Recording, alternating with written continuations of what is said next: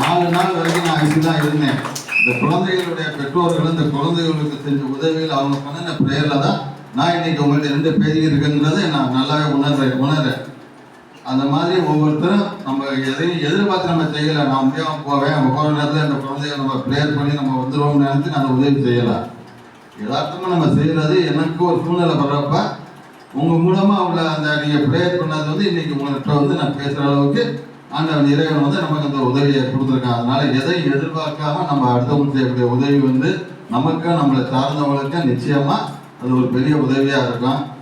இந்த ஸ்கூலில் எனக்கு என்ன நிகழ்ச்சின்னு தெரியாது, சார் வந்துட்டு போங்கன்னாங்க. இல்லாட்டி உங்களுக்கு ஏதாவது வாங்கிட்டு வந்திருப்பேன். நிச்சயமாக நான் அடுத்தடுத்து இந்த ஸ்கூலில் நான் தொடர்பு வச்சுக்கிறேன்.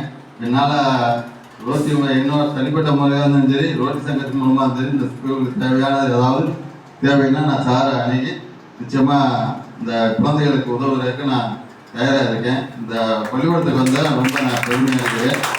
நன்றி, வணக்கம். செம்மன் மாணிக்க வாசம் நடுநிலை பள்ளியில் 7ஆம் வகுப்பு படிக்கிறேன்.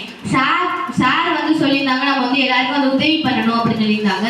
சார் இந்த மாதிரி தான் நானும் படித்தேன் அப்படின்னு சொல்லியிருந்தாங்க. அவங்க குடும்ப சூழ்நிலையினால என்னால் மேல்நிலை படிப்புகள்லாம் படிக்க முடியல அப்படின்னு சொல்லியிருந்தாங்க. அவங்க உதவி செய்கிற எண்ணம் அவங்களுக்கு இருந்ததால அவங்க இந்த ரோட்டரியில் சேர்ந்தேன் அப்படின்னு சொல்லியிருந்தாங்க. அதுக்கப்புறம் அவங்க நேரடியாக தலைவர் பதவிக்கு நான் போயிருந்தேன் அப்படின்னு சொல்லியிருந்தாங்க. அவங்க 2019 கொரோனா டயத்தில் தலைவராக இருந்தேன் அப்படின்னு சொல்லியிருந்தாங்க.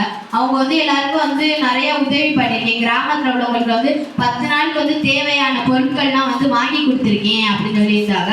அதை பார்த்துட்டு ஒரு கலெக்டர் அவங்களுக்கு ஒரு கார்டு தருவாங்களா, அந்த கார்டை வச்சுட்டு நீங்கள் எங்கே போனாலும் யாரும் போலீஸ்லாம் அவங்கள பிடிக்க மாட்டாங்க அப்படின்னு சொல்லுவாங்களாம். அதுக்கப்புறம் சார் நம்ம உதவி பண்ணுறவங்க சின்ன உதவி பண்ணாலே நமக்கு அது பழகி நம்ம பெரிய உதவி பண்ணுற அளவுக்கு தூண்டும் அப்படின்னு சொல்லியிருந்தாங்க. இப்போ கிளாஸ் ரூமில் ஒரு குப்பை இருந்துச்சுன்னா அதை நம்ம போட்டாலே அது ஒரு உதவி தான் அப்படின்னு சொல்லியிருந்தாங்க.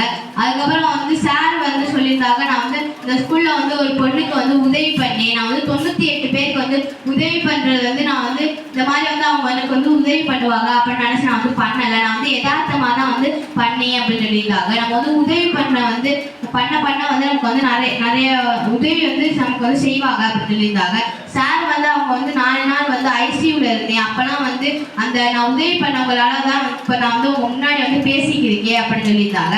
சார் எனக்கு நிறைய விஷயம் சொல்லியிருந்தாங்க. சார் எனக்கு ரொம்ப பிடிச்சிருந்து. சார் இதுக்கு நன்றி சொல்லிக்கிறேன். நன்றி, வணக்கம்.